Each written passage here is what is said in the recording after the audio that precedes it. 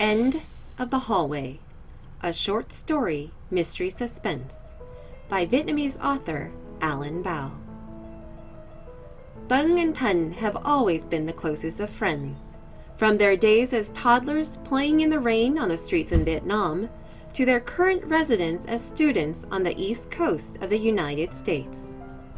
The families of both Tuân and Thanh, who hail from the educated and high-ranking military stock of South Vietnam, had immigrated to the United States in the early 1990s under the U.S.-sponsored humanitarian organization Orderly Departure Programs for families of military officials. With boundless opportunities in this new land of freedom, both young men became exemplary students at a well-known university in a New England town where both of their families now resided. It was during the summer before the start of their senior year of undergraduate studies that the sociable Tuân tried to coax his quiet friend into taking a trip to Las Vegas. Tuân insisted that they deserved a reward for years of having their noses stuck in books with constant studying. It would also be an opportunity for them to visit the land of fantasy which they had only ever experienced through television and movies. Tuân was tall, handsome, and athletically built. He was an outgoing young man who was well-spoken and had a natural talent for charming the ladies. His friend Thanh, on the other hand, though always a top student in all his classes, from high school to college, was shy and timid, burdened by a short stature and thick glasses. Despite the best efforts of family members and his best friend Tuân to introduce Thanh to eligible young ladies, the young man had not had any success in that aspect of his life. It was with such a thought that Tuân decided, during the flight from their quiet and humble East Coast town to the entertainment capital of the world, that he and Thanh would have the time of their lives on this trip, no limits and no restrictions, so that his friend Thanh could finally be introduced to the pleasures of female company. Tuân had reserved a 2-bedroom suite complete with living room, mini-bar, and balcony for enjoying the views of the city. Always thorough, the young man had also mapped out the nightlife hotspots where he and his best friend would go to sow their wild oats. It was nearly 10 p.m. when the shuttle that had come to pick Tuân and Thanh up from McCarran Airport finally dropped them off at the hotel. As soon as the elevator doors closed behind them on the 13th floor and they entered into their suite, Tuân ran to his king-size bed and jumped on top of the covers, exclaiming, "Las Vegas! We really are in Las Vegas, Thanh!" Not being one for displays of excitement, Thanh slowly walked to the window, pulled aside the curtain, and was greeted by millions of sparkling colored lights adorning the various architectural and design elements of the casinos lining the Las Vegas Strip. He turned to Tuân and said, "Hey, let's go get something to eat." "Finding something to eat will be easy. Going out and partying it up is when this night is going to get real," Tuân responded as he hastily threw his luggage into the closet. Soon after, Tuân and Thanh found themselves on the casino floor, walking past hundreds of slot machines, surrounded by the noise of gamblers laughing and yelling to the tune of their changes in fortune. The alluring call of cocktail waitresses dressed in the skimpiest of outfits further aroused the curiosity of the two hot-blooded young men. Tuân and Thanh quickly polished off 2 plates of steak and eggs at the 24-hour coffee shop as their attention was captured by the busy nearby blackjack table. As soon as they exited the restaurant, Tuân turned to his friend and said, "Double or bust, man. We're not going to have this chance again once we go back to school and bury our heads in those books for exams and graduation."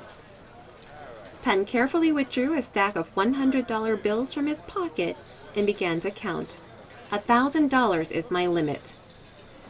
The casino gods did not disappoint, as the friends were both blessed by the beginner's luck reserved only for those who are visiting Las Vegas for the first time.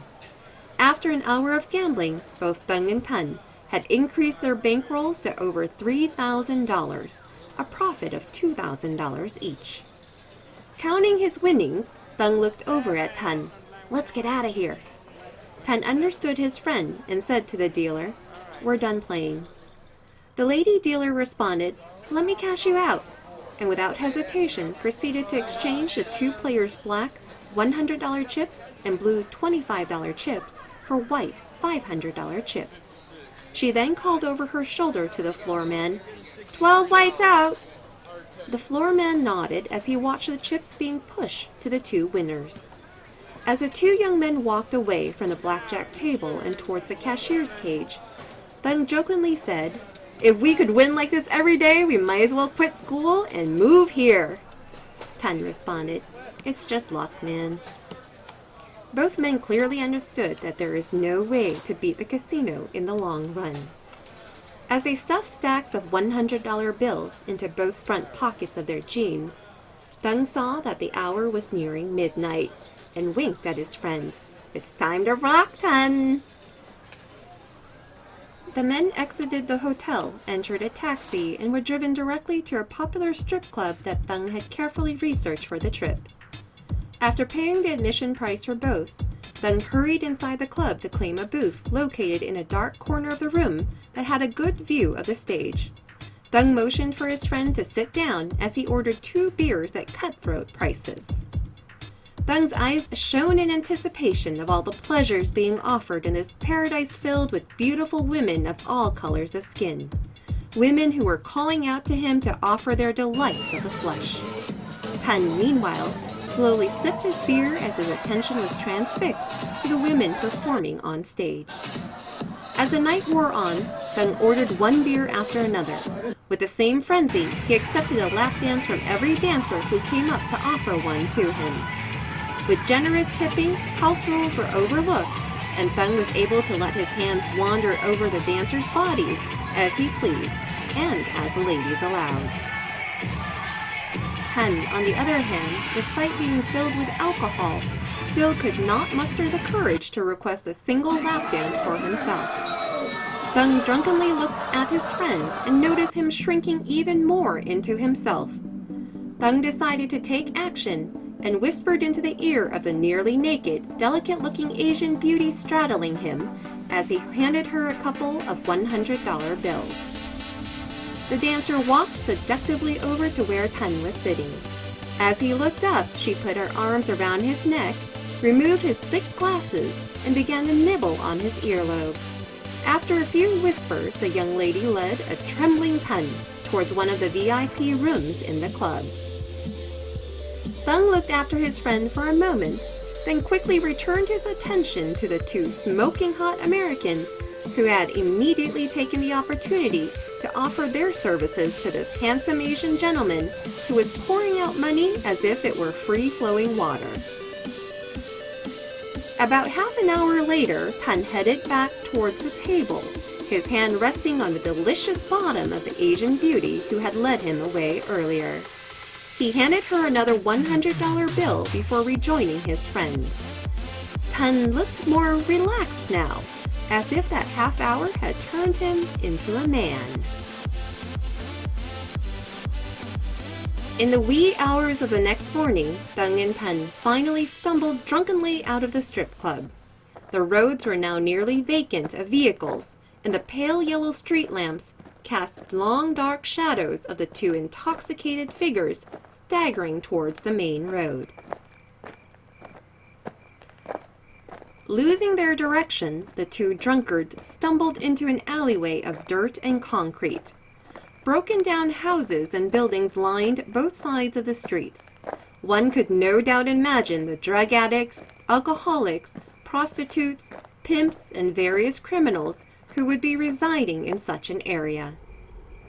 It was in the midst of this slum that a young woman appeared, wearing a short, tight dress with a zipper all the way down the front. As Tan passed, she pressed her body against his and pulled suggestively at her zipper. "My apartment is just 2 minutes from here." She pulled on his arm as she pointed towards an even darker alley. Tan was only able to see shadows of doorways where slivers of moonlight had been able to slip through. Thung was sitting down on the sidewalk and fumbling with his phone to call for a taxi. Hearing this exchange, he called to his friend, "It's okay, Tan. I'll wait for you right in front of her apartment." Tan followed the girl into the dark alley, with Thung hurrying behind them. The girl eventually led Tan into a building at the end of the row, next to what seemed like a junkyard of abandoned cars.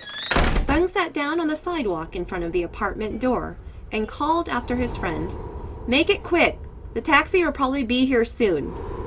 Thung then leaned his head against a door frame. Thung woke with a start and looked at his watch. It was nearly 3 a.m. and the cold, damp weather was making him shiver. He had fallen asleep at some time during the wait for his friend, overtaken by a mixture of alcohol and headache. He had drifted in and out of a fitful sleep and was now awake and alert, thinking, "Tan has been in there for more than an hour now. What in the world is he doing?" Thung pounded on the door and yelled, "Tan, are you still in there? You've had enough, man!" There was no answer, only the whistling sound of the wind and slivers of moonlight casting dark shadows all around. Thung could feel a wave of chills run down his spine. The cold desert night intensified the fear and worry that was building inside of him. Thung turned on the flashlight of his iPhone and shined it at the apartment door. Using all his strength, he threw his weight against the door several times until it flew open. Thung stood in shock as he looked into the abandoned room that had no walls on the far sides of the room. From the door, looking across the empty space of the room, he could see straight out to the yard filled with piles of abandoned cars, junk, and overgrown trees and bushes. Thung turned pale and futilely called out for his friend, "Tan! Tan! Where are you?"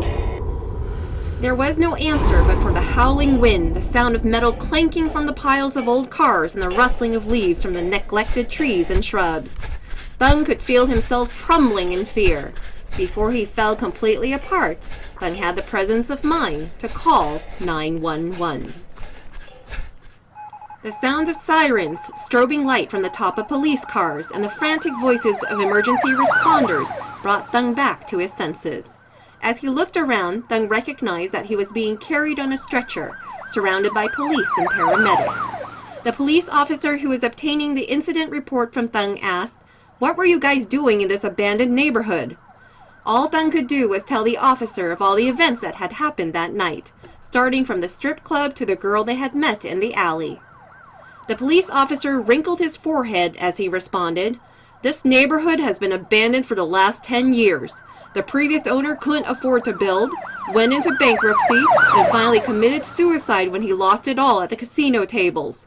The only things that remain here are rocks, dirt, and building materials.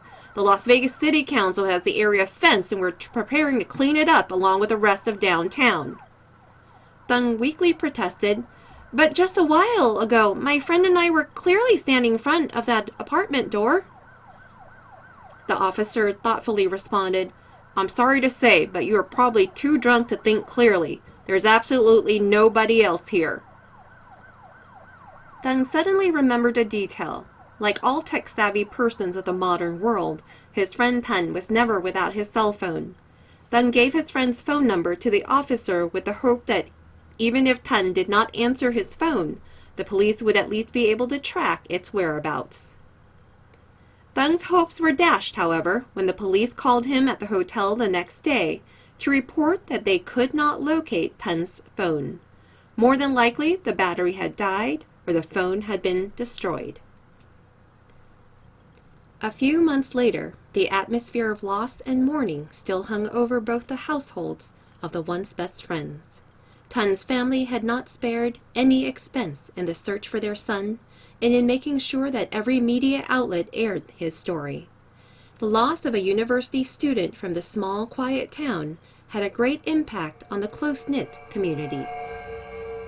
Thung fell into a depression and, aside from classes, stayed home for most of his last semester of school. Thung could not help but hold his head in his hands as he suffered from the pain of intense guilt for having put his best friend's life in harm's way in exchange for a few hours of pleasure.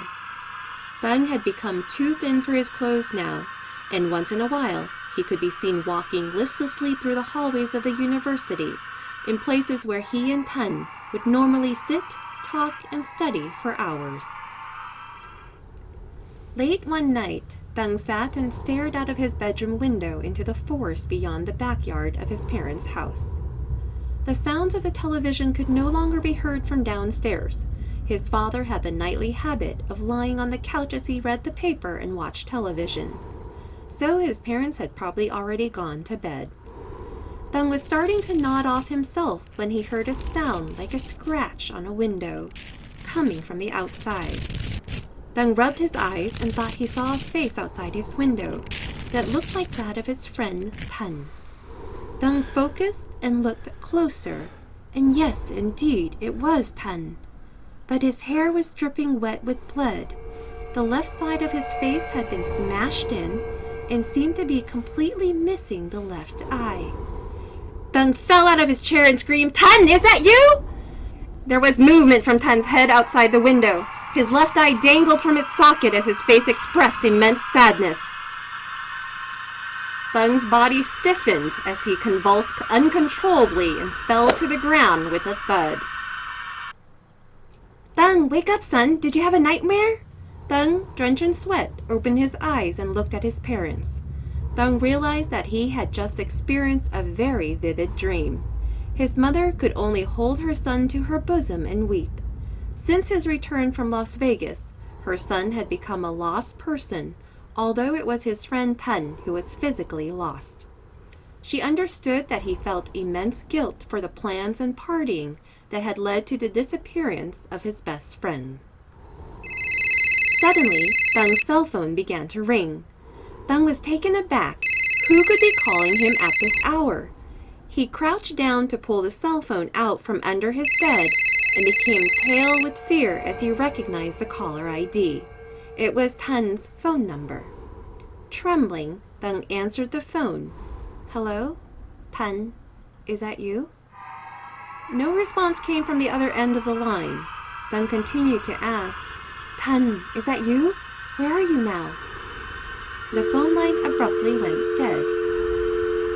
Text messages from Tan's phone number began to pop up on Thung's cell phone, with the same message repeating over and over. "Thung, I'm so cold here. Save me. Thung, I'm so cold here. Save me. Thung, I'm so cold here. Save me. Thung, I'm so cold here. Save me."